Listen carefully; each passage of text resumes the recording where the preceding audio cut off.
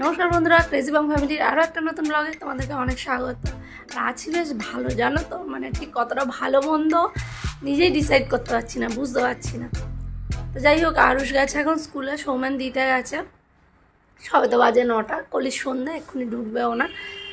আর আমি কেন ভালো আছি বলছি, মানে যাদের আমার সেবা করার কথা এখন, বাবা মা এ বাড়ির বলো তারা আমাকে সেবা করছে।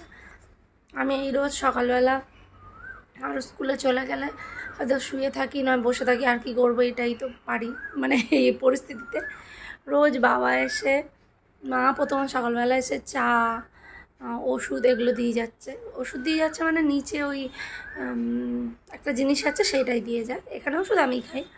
আর তারপরে বাবা এলো, বাবা এসে আজকের টিফিনটাকে দেখাই দাও। প্রায় খাওয়া শেষ হয়ে গেছে। মুড়ি, আলু সিদ্ধ, চানাচুর আর পেঁয়াজ দিয়ে মা মাখিয়ে দিয়েছে, আর সঙ্গে অমলেট করে দিয়েছে।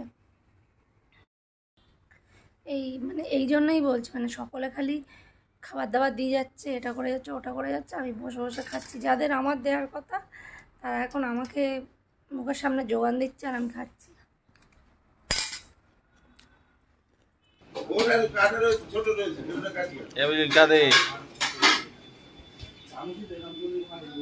দেখো আমার সঙ্গে চা খেতে এসছে হচ্ছে হোসেন।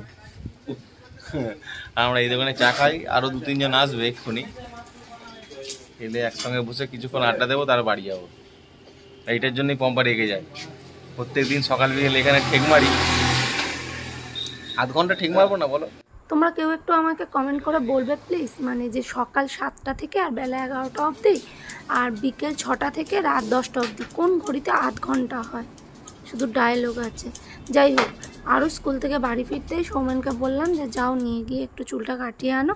আর মুদিখানা বাজার একদম ছিল না বাড়িতে, কারণ আমি আর সৌমেনের কাজটা করি। আমার পা ভেঙে যাওয়ার পরে ও আর বাজার করেনি, তো খুব অসুবিধা হচ্ছিলো, মা রান্না টান্না করছে।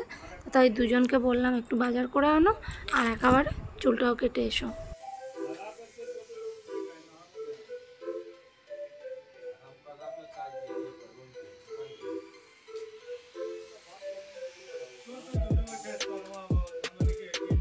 তোমরা যে বলো আমি সব সময় রেগে যাই, চুলটা কি করেছে তোমরা একবার দেখো। মানে মানুষের মাথা কি এমনি গরম হয়? ইচ্ছা করছিল জানো না, মানে আমার যদি পাটা ভালো থাকতো। ব্যাগগুলো চাকা কি হলো? চাকাবি তো?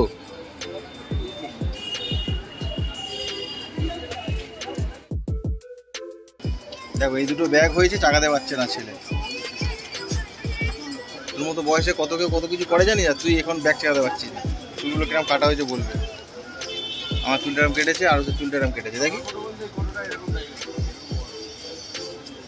আর মুদিখানার অনেক বাজার করার ছিল, মুদিখানা বাজারগুলো করেছি। আমার একটা বন্ধুর দোকান আছে এখানে ধূপে, সে দোকান থেকে একটু ধূপ নেবো আর বাড়ি যাবো। সন্ধ্যাবেলাটায় ভীষণ খিদে পাচ্ছিল, আর ইচ্ছা করছিল বেশ একটু চপ মুড়ি খাবো। তাই সৌমেনকে বললাম একটুখানি যাও চপ কিনে আনো। তাই ও চপ কিনতে গেছে, যদিও ওরা খাবে কি জানি না, কারণ ওদের আজকে একটা নিমন্ত্রণ বাড়ি আছে, পুজো বাড়ি, আমারও নিমন্ত্রণ, কিন্তু আমি তো যেতে পারবো না।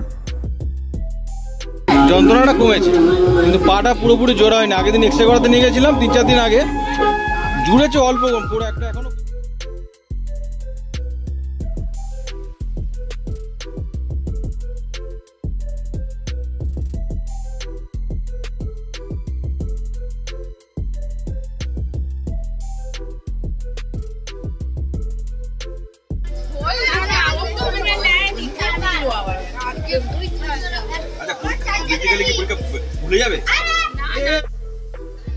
চলো পুজো বাড়ি গিয়ে ওরা সব খিচুড়ি, আলুর দম, পায়েস এসব খাচ্ছে, আর আমি তোমাদের সঙ্গে বসে বসে এখান থেকে দেখছি। তো আজকের মতো এখানেই শেষ, চলো টাটা।